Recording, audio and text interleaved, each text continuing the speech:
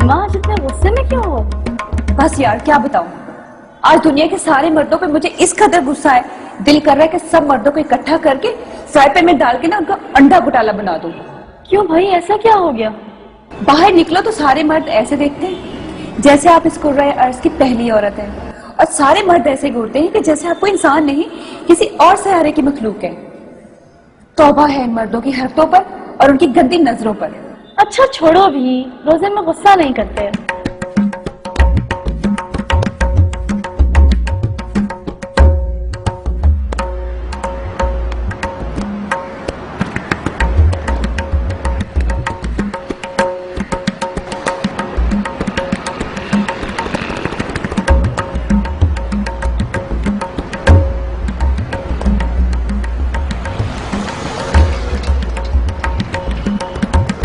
तेरे क्या हरकतें हैं यार?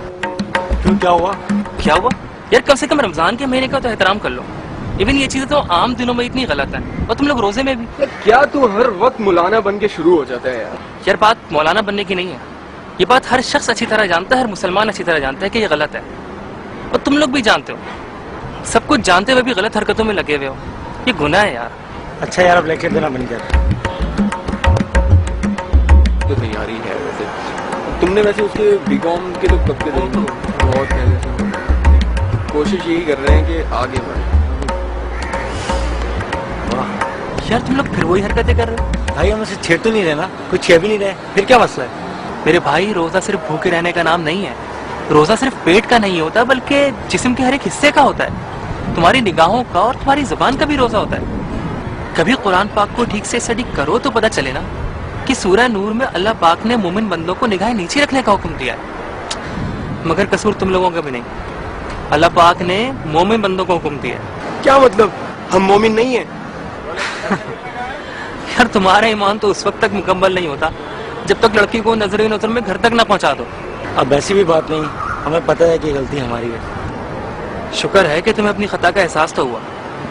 बिलीव मी, अगर हम कुरान और सुन्नत की तालीमात का पास रखे ना, तो इस सोसाइटी में कोई भी एक दूसरे से इनसिक्योर फील ना करे।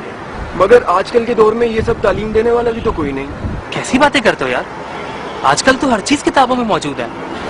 इंटरनेट है, लाइब्रेरीज है, फिर हमारे मोहल्लों में मस्जिदें हैं, मस्जिदों में उलमा होते हैं। अब वो हर एक बात सिखाने तो हमारे घर नहीं आएंगे ना, हमें खुद जाना पड़ेगा। ठीक कहते हो, अगर हम अपने दीन को सिंसियर होकर स्टडी करें तो अल्लाह खुद हमारी हेल्प करेगा। तो फिर तय हुआ कि हम डेली 1 घंटा कुरान की और इस्लामिक बुक्स की स्टडीज करेंगे ना, इंशाल्लाह। आफिया, आज क्या घर नहीं जाना? 2 बज रहे हैं। नहीं यार, आज कुछ काम बाकी बच गया है, आज मैं भी तुम्हारी तरह लेट सीटिंग करूंगी। अरे तुम ये पहन कर आती हो? मैं तो तुम्हें आजकल के दौर की लड़की समझती थी, लेकिन तुम तो। आजकल की लड़की से क्या मतलब है आपका? क्या आजकल की लड़कियां पर्दा नहीं कर सकती? खैर, पर्दा तो जरूरी नहीं। अगर मैं पर्दा नहीं करती तो इसका मतलब मैं खराब लड़की हूँ? अल्लाह ना करे तुम खराब लड़की हो, लेकिन मैं तुम्हें एक बात बताऊं, ये जो तुम्हें हर वक्त मर्दों से शिकायत रहती है ना, इसकी भी जिम्मेदारी तुम पर जाती है। अगर तुम चाहो तो इन्हें ऐसा करने से रोक सकती हो। क्या मतलब? अब मैं क्या हर आने जाने वाली लड़के से लड़ूं कि मेरी तरफ मत देखो? ये मैं कब कह रही हूँ? मेरे कहने पे एक तजुर्बा करोगी? वो क्या? ये लो और ये पहन के नीचे का एक चक्कर लगा कर आओ। ये क्यों? इससे क्या होगा? अरे करके तो देखो जो मैं कह रही हूँ।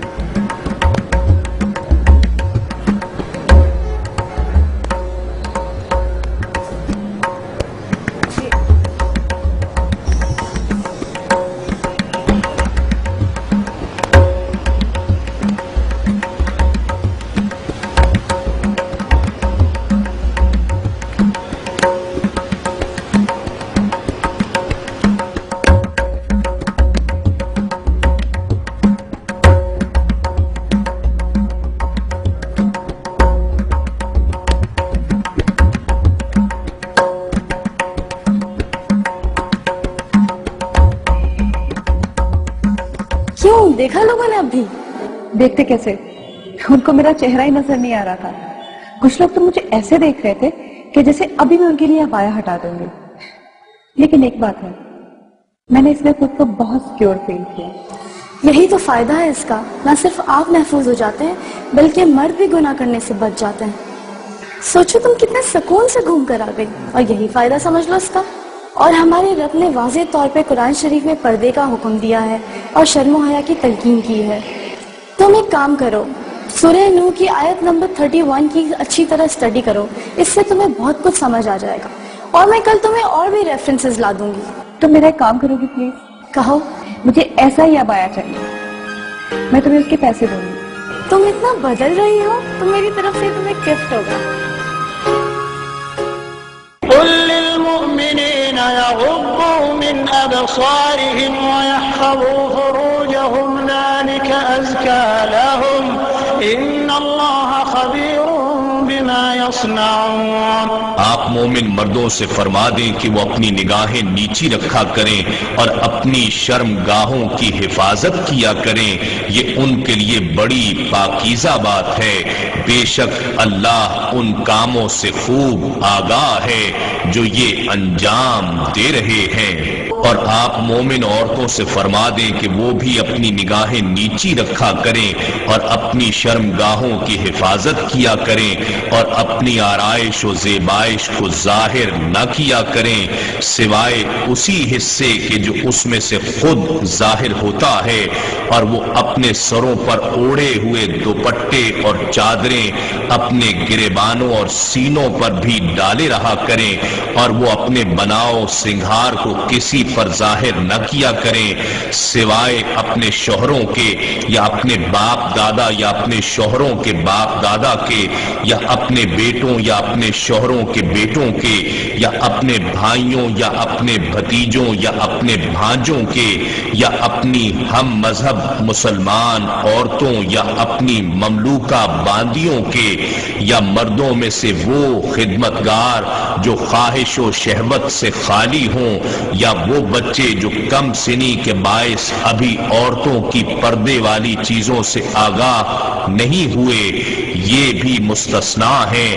اور نہ چلتے ہوئے اپنے پاؤں زمین پر اس طرح مارا کریں کہ پیروں کی جھنکار سے ان کا وہ سنگھار معلوم ہو جائے جسے وہ حکم شریعت سے پوشیدہ کیے ہوئے ہیں۔ اور تم سب کے سب اللہ کے حضور توبہ کرو اے مومنوں، تاکہ تم ان احکام پر عمل پیرا ہو کر فلاح پا جاؤ۔ مولاي صل